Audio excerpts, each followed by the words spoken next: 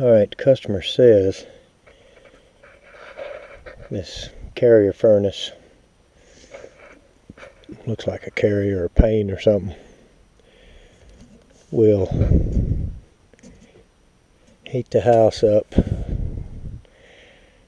20-25 minutes at a time and then go off and never actually reach the setting. Notice he's got a old junk carrier so-called zone board, and there I see zone dampers.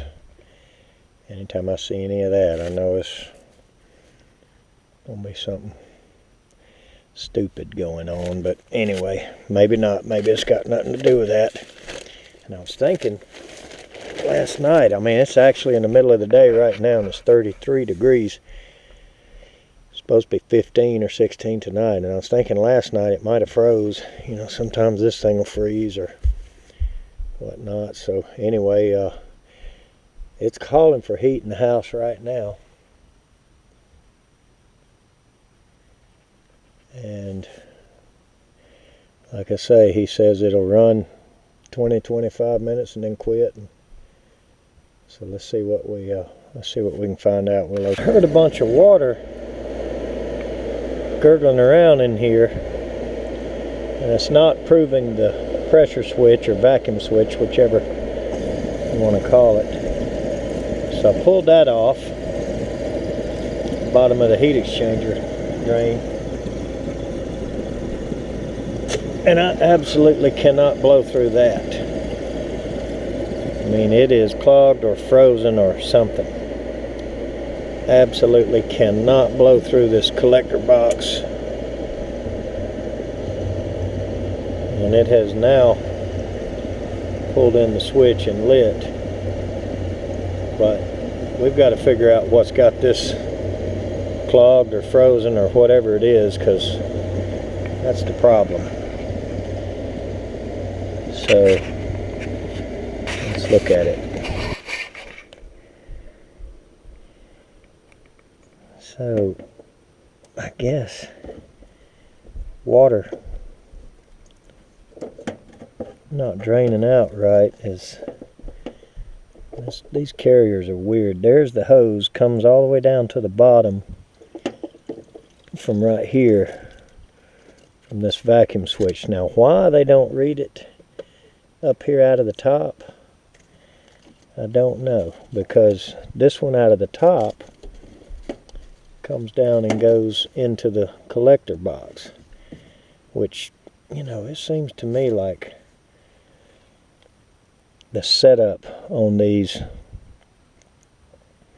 would be, and I understand that you drain from the bottom, but it seems like you would pull your vacuum or approve your vacuum switch from the top, just away from all the water. But it's right down here and it's right above it, and that may be the correct design. We'd have to dig through the paperwork and look at the setup, and I'm not going to have the patience for that today. As cold as it is, we're going to get this thing going and figure it out the old school way. But for whatever reason, you absolutely cannot blow through this.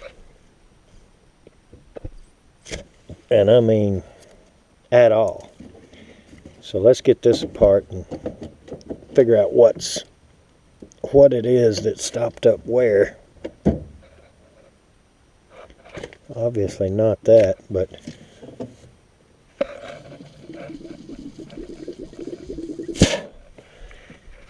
it's tough, but I'm blowing through that. So I'm going to take this thing off and figure out what's going on.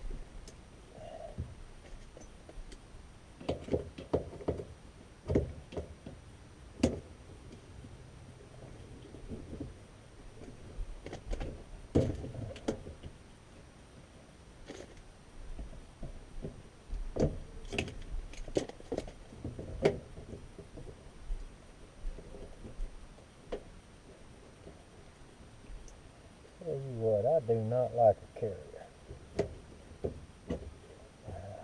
I know it's probably just that I'm not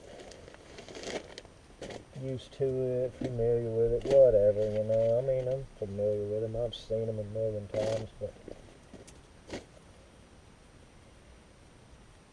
don't like them. And for whatever reason, this one, from the induced draft, you can blow right through it easy. This one is tough. And it's not cold. I don't feel any. That one is real tough to blow through. I don't understand that.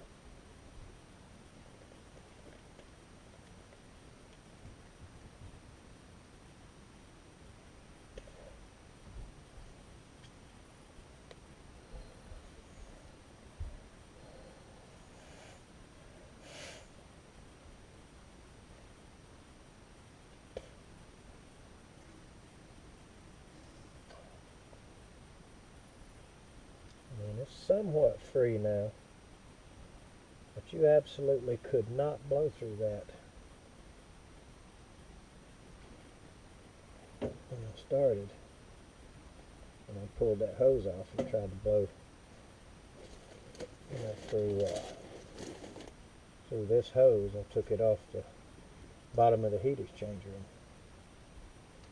I mean, there was no blowing through it, but pretty dirty. Doesn't seem like that would.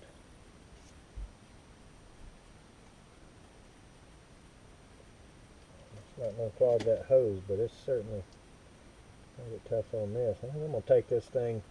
I took some carburetor cleaner and sprayed in here and blew it out a few times. So what we'll do is try to feed this back up through here with the hoses on it. That helps us not to fight with these clamps up in there. You know, if we have to, we can, but it's a lot easier to get these on.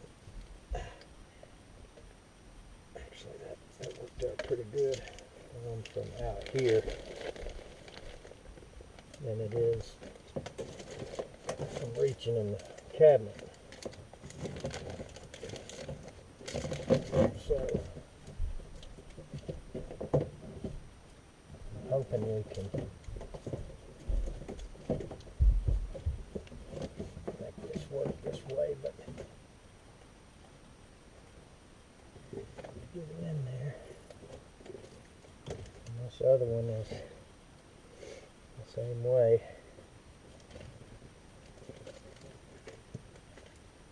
It's tight to get in here. And what happens,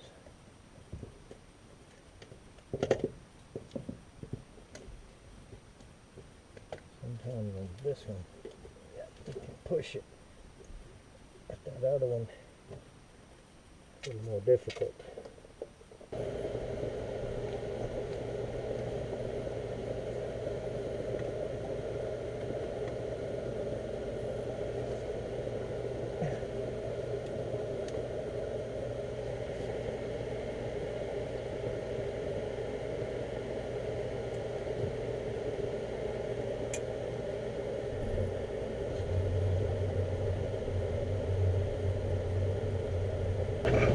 Basically, all that was happening was this being clogged, and it was backing up too much water in here.